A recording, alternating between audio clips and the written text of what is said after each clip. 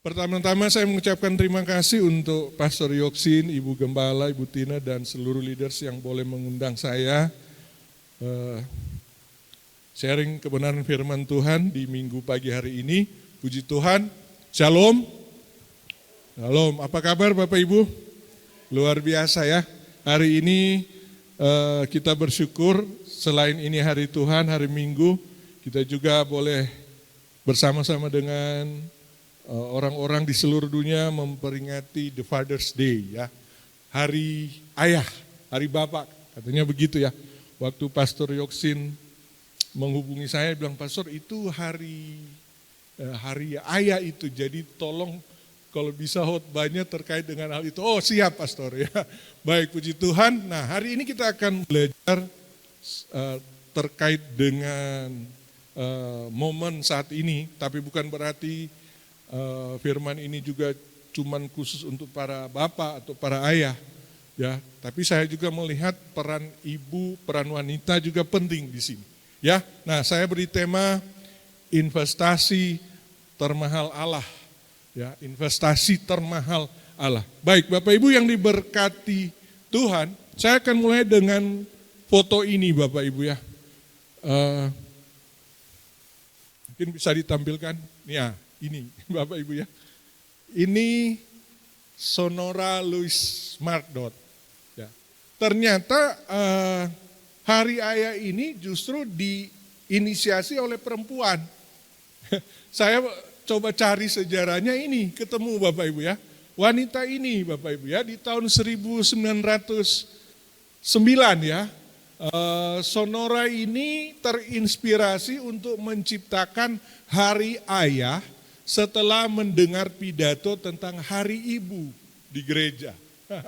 Ya, Sonora ingin menciptakan suatu cara untuk menghormati ayahnya, William Jackson Smart, seorang veteran perang saudara Amerika yang membesarkan 6 anak sendirian setelah istrinya meninggal saat melahirkan anak yang ke-6. Nah, ini ternyata dari sini cikal bakal ya. Dan kebanyakan negara memperingati hari ayah ini di minggu ketiga bulan Juni. Ya, di minggu ketiga bulan Juni, the Father's Day itu dirayakan. Kecuali negara-negara di Amerika Selatan kayak ya, mereka merayakan di waktu yang lain, tapi tetap merayakan Bapak Ibu ya. Nah, kita memperingati momen hari ayah ini ya Bapak Ibu sekalian. Kenapa? Karena peran ayah itu penting ya. Ibu Ruth tadi berdoa ya, ini luar biasa ya, bagaimana mengembalikan, saya pakai istilah marwah ya, dari para bapak-bapak ya Bapak Ibu sekalian. Nah baik, puji Tuhan, apa sebenarnya yang Tuhan inginkan dari para pria atau para bapak-bapak ini Bapak Ibu ya? Apa sebenarnya yang Tuhan inginkan dari seorang pria Bapak Ibu sekalian ya. Mari kita lihat, saya ajak kita buka dulu di dalam Ayub 38 ayat 3. Ayub 38 ayat 3, firman Tuhan bilang begini. Bersiaplah engkau sebagai laki-laki. Aku akan menanyai engkau supaya engkau memberitahu aku. Nah, Bapak Ibu, ini waktu saya merenungkan, saya pertama muncul pemikiran seperti ini. Pola Tuhan bertanya seperti ini banyak kita temukan di Alkitab, Bapak Ibu ya. Banyak kita temukan di Alkitab. Saya mencatat di Perjanjian Lama saja, saya temukan sudah ada 4 tokoh Alkitab laki-laki yang Tuhan tanya dengan pola seperti ini. Pertama Tuhan bertanya kepada Adam, ingat ya, di Kejadian 3 ayat 9, Adam, di mana engkau? Ya, baru Tuhan juga bertanya kepada Kain, ketika dia barusan membunuh adiknya Habel. Ya, di Kejadian 4 ayat 9, Tuhan juga bertanya kepada Abraham, di Kejadian 18 ayat 9, dan kepada Musa, dia juga bertanya di Keluaran 4 ayat 2. Jadi pola ini berulang kali terjadi Bapak Ibu ya. Tidak terkecuali kepada Ayub. Ya Bapak Ibu sekalian. Nah sebagai Tuhan yang maha kuasa, sebagai Tuhan yang maha tahu, tentu hal yang aneh jika Tuhan bertanya seperti ini. Ya, apa memang Tuhan tidak tahu? Misalnya ya di tema kita di Ayub. Bersiaplah engkau sebagai laki-laki. Memang Tuhan tidak lihat ini Ayub laki-laki? Atau selama ini cuman pura-pura laki-laki ini Ayub? Gitu kan? Sampai Tuhan berkata bersiaplah sebagai laki-laki. Terus Tuhan bilang, aku akan menenyai engkau supaya engkau memberitahu aku. Emangnya Tuhan tidak tahu? Ya, kenapa Tuhan sampai bertanya seperti itu? Ini yang perlu kita renungkan Bapak Ibu ya. Nah, Bapak Ibu yang diberkati Tuhan, saya percaya Tuhan tahu. Ya, Tuhan tahu keberadaan hidup orang-orang ini, termasuk saya dan Bapak Ibu sekalian. Amin. Kemanapun kita pergi, apapun yang kita lakukan, Tuhan tahu. Bahkan sebelum kita melakukannya, saya percaya Tuhan sudah tahu. Ya, apa yang akan kita perbuat. Namun, kita perlu perhatikan. Kalau Tuhan bertanya seperti ini kepada Adam, Kain, Abraham, Musa, sampai kepada Ayub, tentu Tuhan punya maksud. Bukan berarti Tuhan tidak tahu. Nah, ketika saya merenungkan ayat ini, saya diajak untuk berpikir bahwa seperti ini sebenarnya Tuhan mau bilang. Bersiaplah engkau sebagai pria. Jadi kata laki-laki di Ayub tadi itu ayat 38 ayat 3 itu tidak sebatas gender ya atau jenis kelamin Bapak Ibu. Tapi ini berbicara tentang kepriaan Bapak Ibu. Ya. Apa yang ingin Tuhan sampaikan? Ya. Ayub, engkau harus bersiap sebagai a man of God. Laki-lakinya Tuhan. Amin Bapak Ibu. Di sini banyak laki-laki. Pertanyaannya apakah kita laki-lakinya Tuhan? Bersiaplah engkau sebagai laki-laki. Bersiaplah engkau sebagai pria. Nah, kita renungkan Bapak Ibu. Kenapa Tuhan datang kepada Ayub dan bertanya seperti itu? Ada apa ini dengan Ayub? Mengapa Tuhan bertanya seperti ini kepada Ayub? Nah, untuk menjawab ini Bapak Ibu, kita harus lihat konteks ayat ini Bapak Ibu ya. Nah, kalau kita lihat Ayub ini Bapak Ibu ya. Ini ayat ada di pasal 38. Tapi dari pasal 1 sampai pasal 36, Ayub terlalu banyak bicara tentang Tuhan. Ngomong terus dia tentang Tuhan. Ya. Dia ngomong terus tentang Tuhan, bicara tentang Tuhan. Tapi pertanyaannya kemudian begini. Apakah Ayub yang ngomong begitu panjang lebar tentang Tuhan, tahu yang dia bicarakan ini siapa? Apakah Ayub tahu setahu-tahunya sebenar-benarnya tentang Tuhan yang dia bicarakan? Ini yang jadi pertanyaan. Ya. Panjang lebar dia ngomong Tuhan ini begini, Tuhan ini begini, Tuhan ini begini. Pertanyaan, ya memang tahu nggak yang dia bicarakan ini siapa? Mari kita buka Ayub 42 ayat 5a. Ayub 42 ayat 5a. Itu tercatat seperti ini Bapak Ibu. Hanya dari kata orang saja aku mendengar tentang engkau. Ternyata Bapak Ibu, sekian lama panjang lebar satu pasal sampai pasal 36, Ayub bicara tentang Tuhan. Tadi dia tahu tentang Tuhan cuma dari kata orang. Adakah kita yang seperti ini? Cuma tahu dari kata orang itu Tuhan.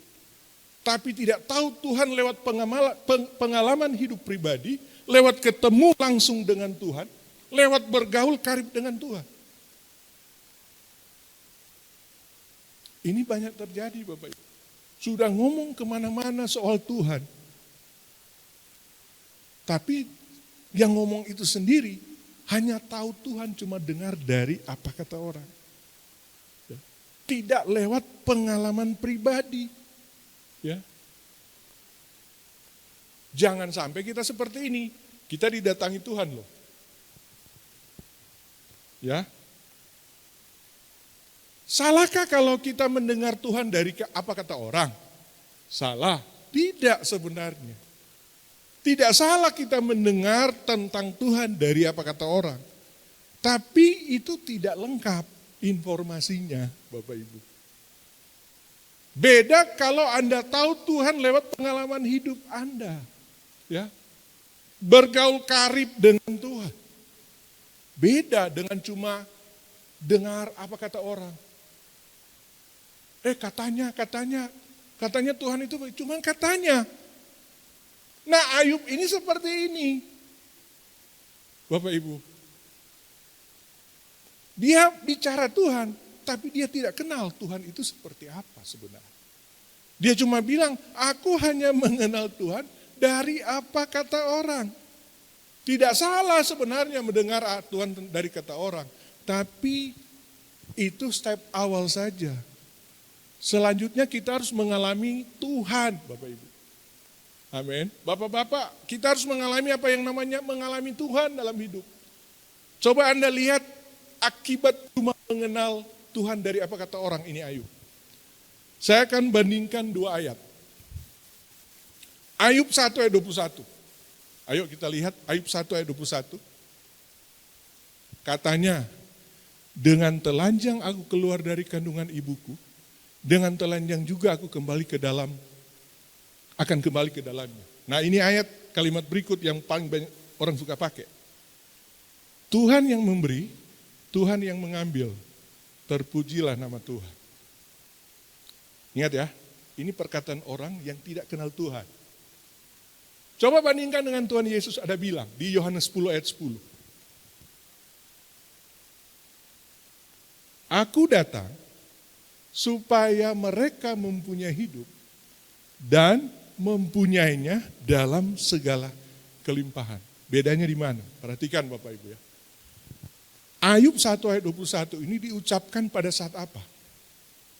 Pada saat Ayub mengalami musibah. Harta bendanya habis, anak-anaknya mati semua. Ya Ayub 1 ayat 21 kan ini. Ya.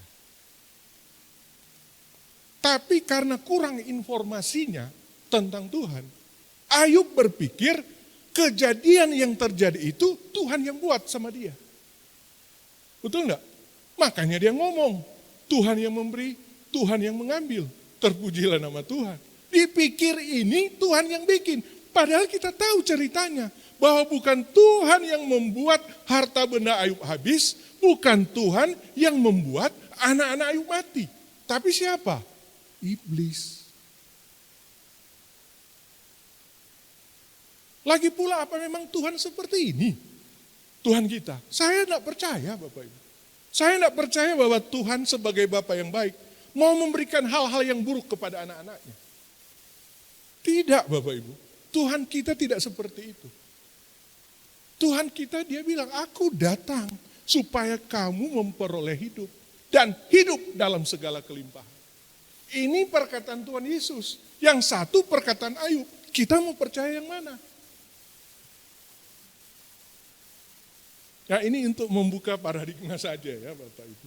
Bahwa ini sebenarnya perkataan orang yang belum mengerti tentang Tuhan itu seperti apa. Padahal Tuhan kita adalah Tuhan yang pengasih Bapak Ibu. Dia selalu memberikan hal-hal yang baik kepada anak-anaknya. Masakan kalau dia mau beri dia ambil? Tidak seperti itu Tuhan. Kalau manusia bisa seperti itu. Ya, tapi kalau Tuhan, dia beri yang terbaik untuk kita. Bahkan hidup dalam segala kelimpahan. Ini bukan bicara cuma soal harta Bapak Ibu. Ya, kelimpahan damai sejahtera, kelimpahan sukacita, apalagi ya, banyak hal. Ini yang dilakukan ya, ini yang kita harus pahami ya. Namun syukur ya Bapak Ibu. Kalau Anda lihat di pasal 42, Ayub pasal 42, dia mencabut seluruh perkataan. Setelah Tuhan datang sama dia, Tuhan datang lewat badai Bapak Ibu. Kemudian dia bilang, siapa yang berani ngomong soal saya tapi tidak tahu betul tentang saya? Ayub bertobat. Tapi sebelumnya dia cuma dengar apa dari kata orang. Lagian antara pasal 1 dan pasal 2 itu peristiwa yang berbeda. Iblis 2 kali datang sama dia. Orang pikir itu perjalanannya sama, itu berbeda Bapak Ibu.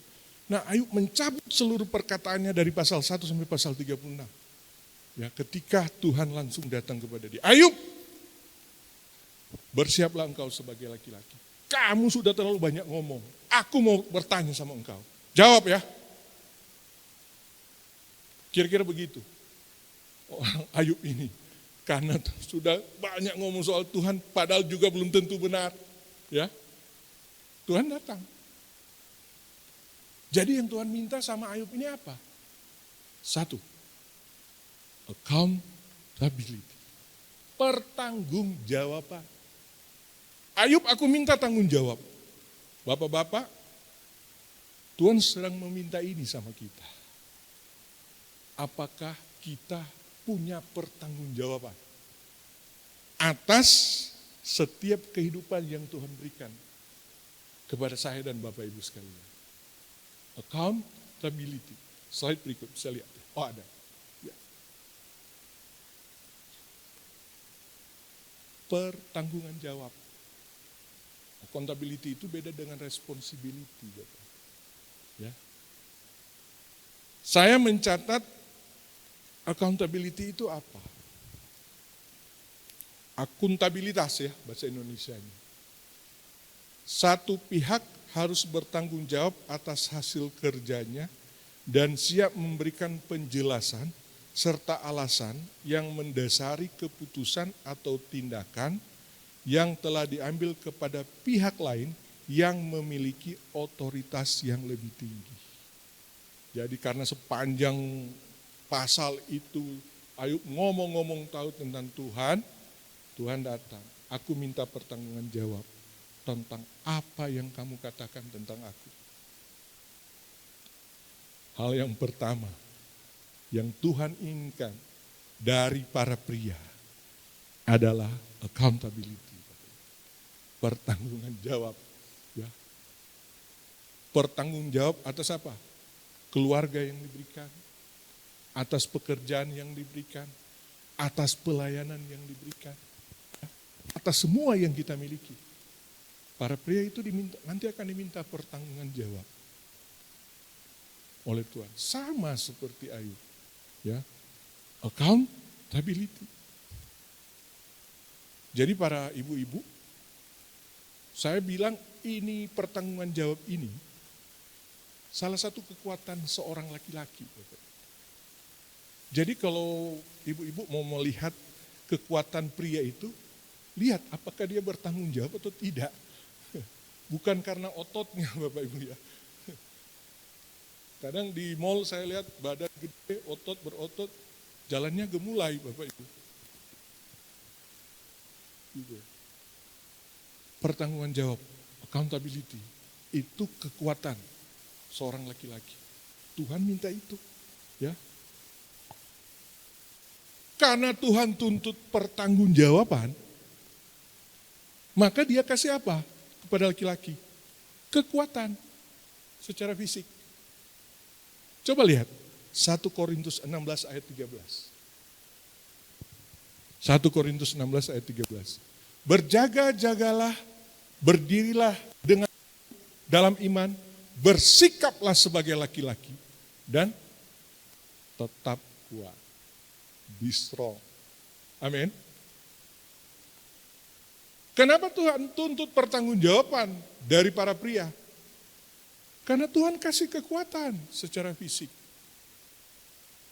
Jadi kekuatan yang Tuhan berikan kepada para pria agar supaya pria mampu menunjukkan accountability-nya, pertanggung jawabannya.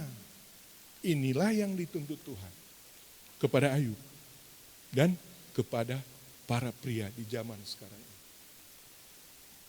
Jadi masih relevan tuh cerita ini. Kitab Ayub ini kitab zaman purbakala Bapak Ibu. Ya, ceritanya itu bahkan katanya saya baca itu di sejarah sebelum ada kitab Kejadian. Itu cerita Ayub ini. Zaman purbakala. Tapi masih relevan dengan kondisi sekarang bukan? Para bapak-bapak diminta pertanggungjawaban nanti. Yang calon bapak-bapak harus tahu juga ini. Ya, kalau jadi bapak-bapak sebentar, Anda akan diminta pertanggungjawaban jawab oleh Tuhan. Kenapa? Karena Anda diberikan Tuhan kekuatan fisik. Ya. Jadi Tuhan menginvestasikan hal-hal semacam ini bukan berarti free Bapak Ibu ya. Ada pertanggungan jawab. Amin Bapak Ibu. Ayub diminta loh pertanggungan jawab. Hal yang pertama ya. Yang Tuhan invest. Itu. Yang kedua, apalagi yang Tuhan taruh kepada para bapak-bapak ini. Wisdom. Hikmat. Amin Bapak Ibu. Laki-laki itu harus punya hikmat. Ya, tidak boleh sembrono, Bapak Ibu ya. Harus punya hikmat. Hikmat ini adalah kekuatan berikutnya dari para pria selain pertanggungan jawab. Bapak Ibu ya. Nah, kalau Alkitab berbicara tentang hikmat, itu sebenarnya bukan sekedar pengetahuan, bukan cuma sekedar pengetahuan. Ya, Alkitab kalau berbicara soal hikmat, saya memahaminya begini. Hikmat itu adalah pola hidup. Pola hidup kerajaan Allah, budaya hidup kerajaan Allah, kualitas hidup sesuai yang Tuhan inginkan. Ini itu hikmat. Ya. Kalau cuma sekedar pengetahuan, ada banyak orang pintar, ada banyak laki-laki pintar, tapi tidak punya hikmat, Bapak Ibu. Nanti hikmat itu akan berhubungan dengan apa? Takut akan Tuhan. Iya toh? Di Amsal kan? Takut akan Tuhan, permulaan segala pengetahuan. Ya. Hikmat Bapak Ibu, ya. Pola hidup. Jadi bukan cuma sekedar laki-laki itu dituntut harus pintar. Ya.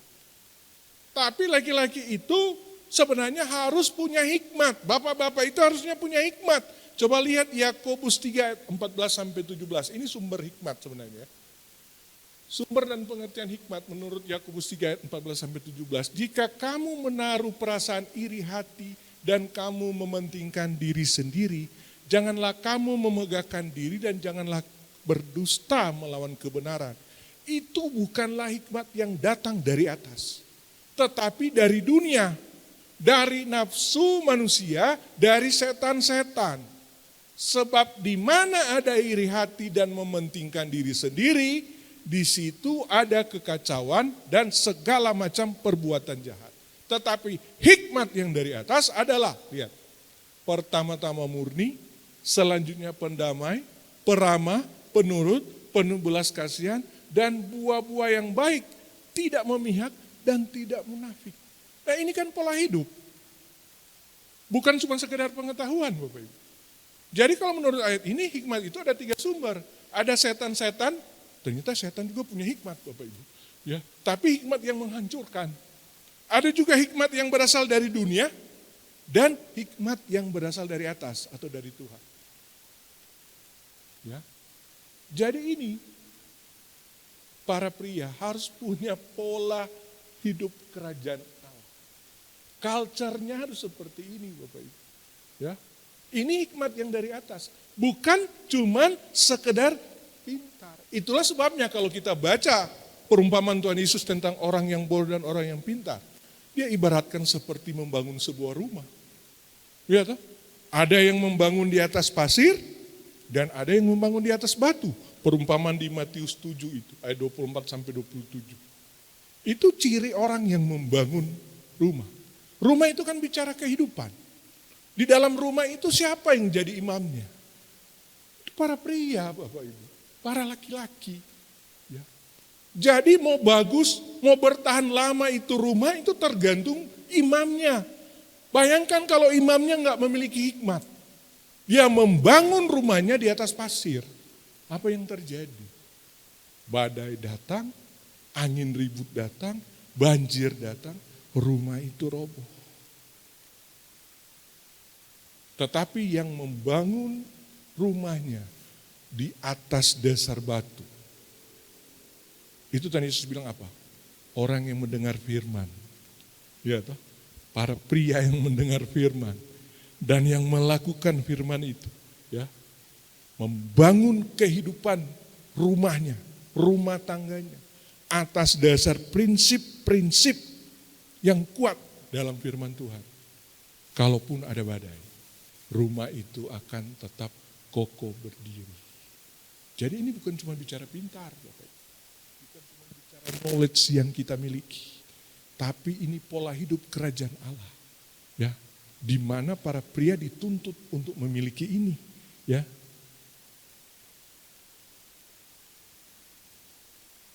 Pria yang bodoh, walaupun kaya, punya jabatan dan gelar, itu dikategorikan oleh Tuhan pria yang tidak mau mendengar firman Tuhan dan melakukan. Ya. Tapi pria yang pintar, pria yang berhikmat, walaupun dia tidak punya gelar, walaupun dia tidak hidup kaya, tapi justru itu kategori Tuhan. Pria-pria yang luar biasa, ya, yang membangun kehidupannya, membangun keluarganya di atas dasar batu, ya, yang kokoh, di atas dasar batu, yaitu firman Tuhan. Jadi kekuatan pria selain harus punya accountability, dia harus punya hikmat, dia harus punya wisdom. Ya. Tidak dilihat cuma sekedar pada pengetahuannya, tetapi bagaimana para bapak-bapak ini, para pria ini menghidupi tanggung jawabnya. Bagaimana dia menghidupi hikmat Allah dalam kehidupannya. Dan itu sebenarnya dirangkum dalam Amsal 1 ayat 7a. Coba lihat. Amsal 1 ayat 7a. Takut akan Tuhan adalah permulaan pengetahuan. Jadi, pria yang takut akan Tuhan adalah pria berhikmat. Ini berjalan beriringan. Karena Anda tidak bisa berhikmat tanpa takut akan Tuhan. Jadi bukan ukuran pintar dalam konteks Alkitab. Ini kata Alkitab, hikmat itu bukan pintar. Ya, hikmat itu bicara tentang takut akan Tuhan. Dengan pola hidup kerajaan Allah. Itu orang-orang berhikmat. Itu pria berhikmat. Ya. Sebab banyak juga orang pintar. Banyak juga orang kaya tapi nggak takut Tuhan, Bapak Ibu. Ya, kenapa? Karena semua bisa dia peroleh dengan segala kekayaan yang dia punya. Laki-laki sebagai pemimpin harus punya hikmat, Bapak. Kita pun kalau harus memilih pemimpin, harus cari ya pemimpinnya takut Tuhan, yang memiliki hikmat. Karena ini akan jadi faktor utama, Bapak Ibu ya.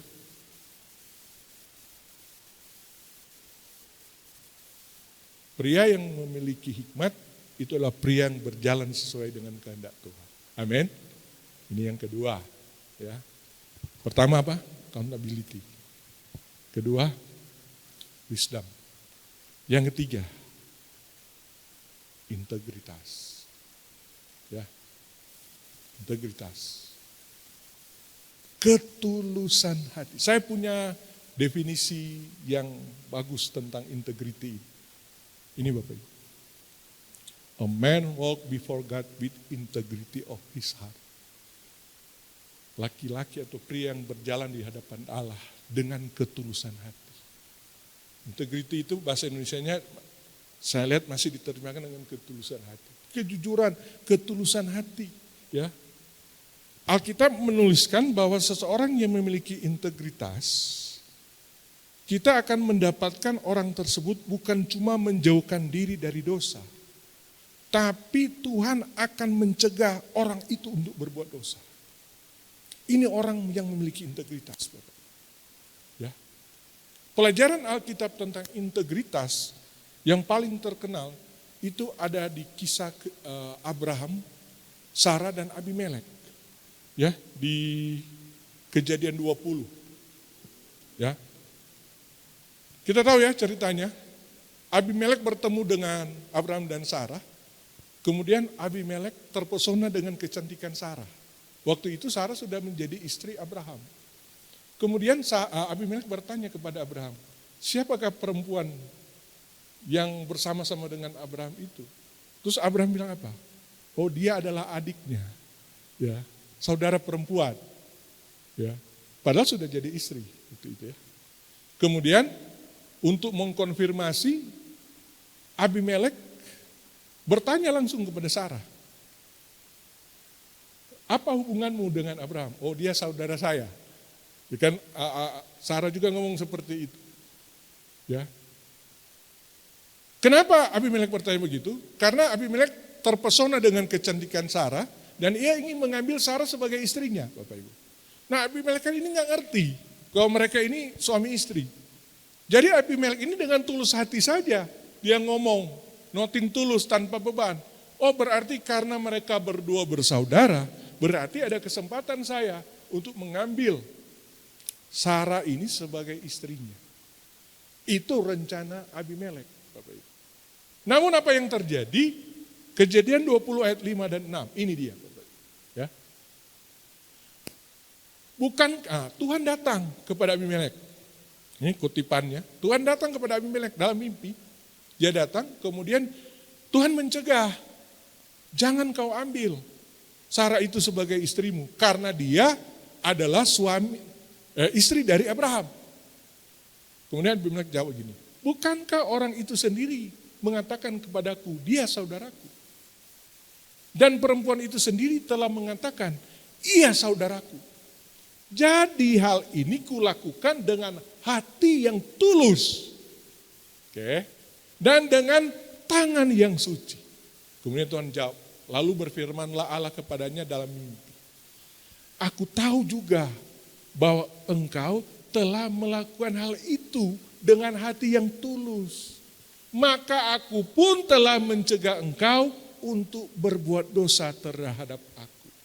Sebab itu aku tidak membiarkan engkau menjamah dia.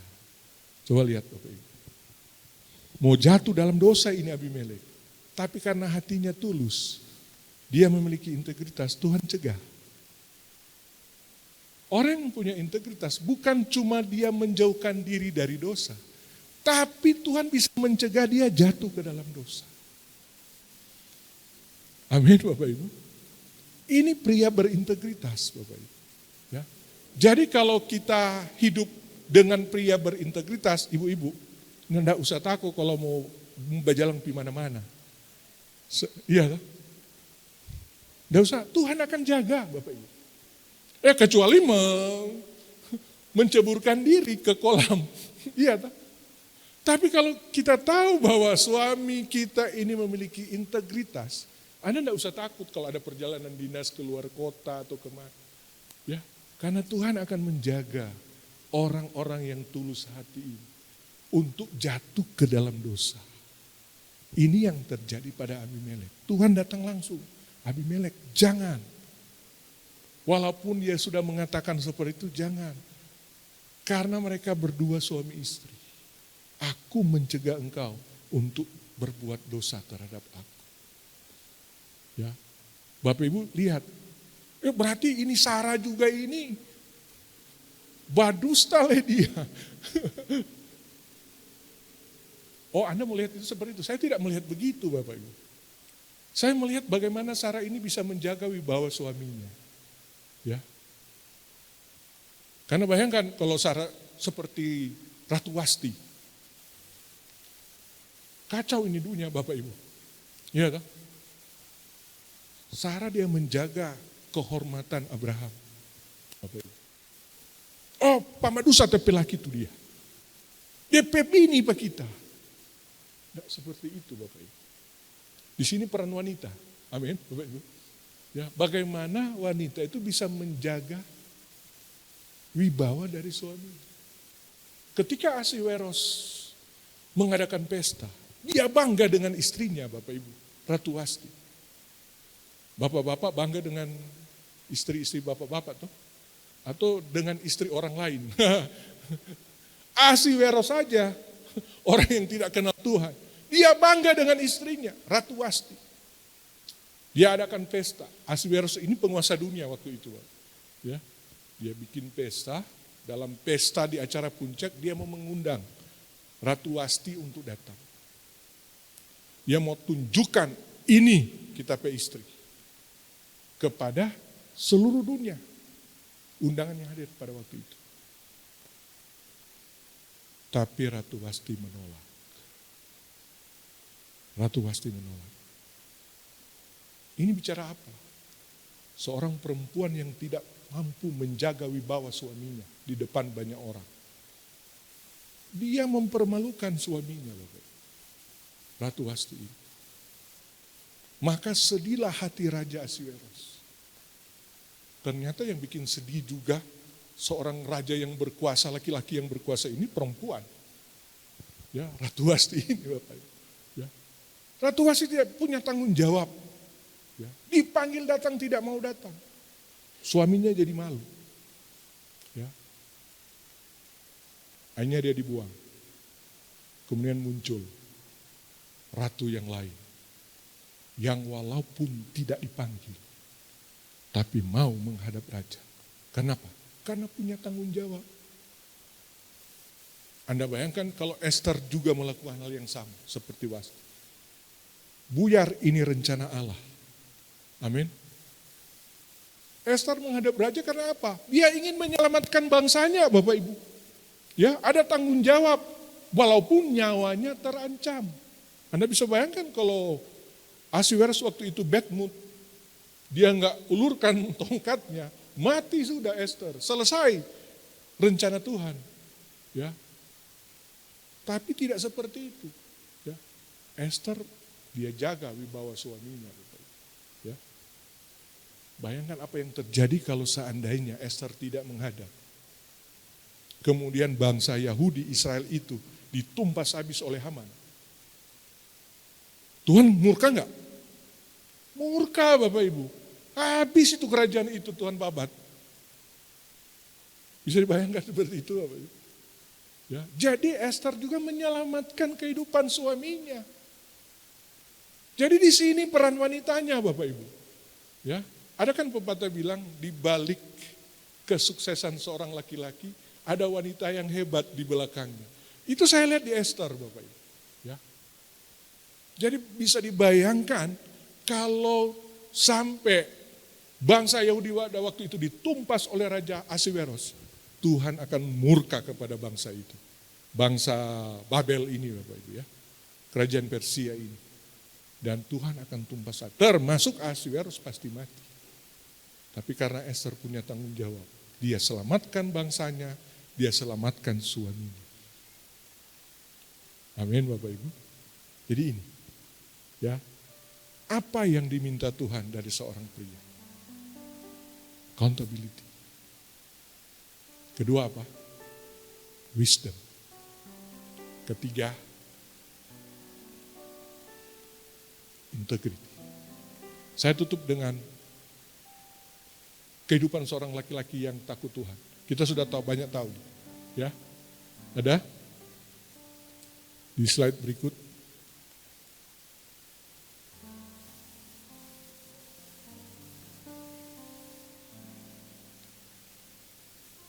Tahu ya?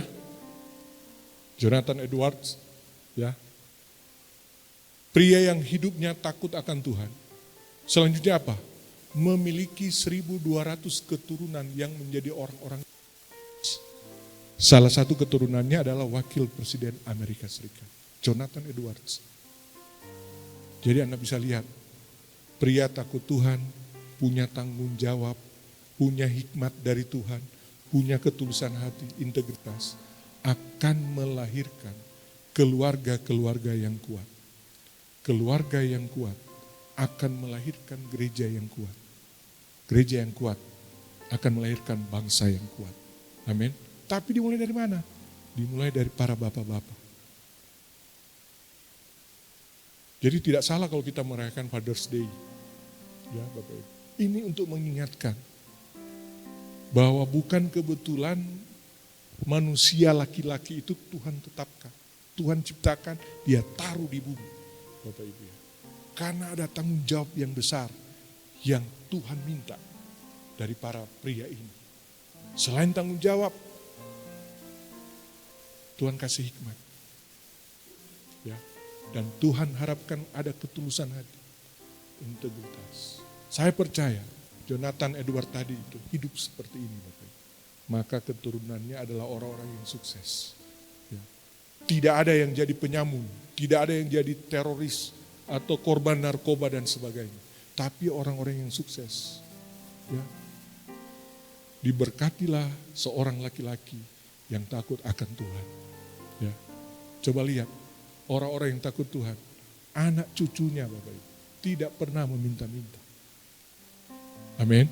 Anak cucunya tidak pernah meminta-minta. Tuhan pelihara. Bapak Ibu ya. Nah ini, biarlah kebenaran firman Tuhan ini boleh memberkati kita semua. Amin. Berikan kemuliaan bagi Tuhan. Haleluya. Mari kita mau berdoa, saya undang pemain musik.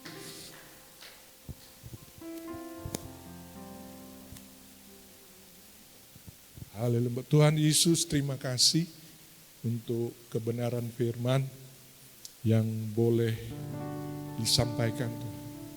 Hamba-Mu berhenti berbicara, tapi Roh-Mu yang kudus yang akan menerjemahkan terus di dalam setiap orang-orang jemaat saat ini yang mendengar kebenaran ini.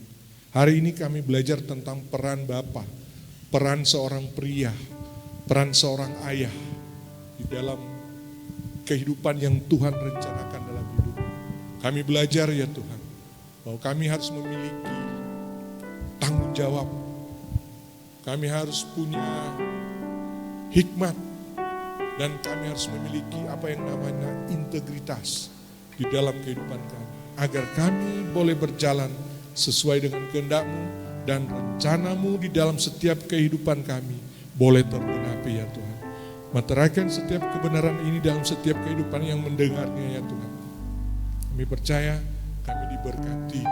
Terima kasih ya Tuhan.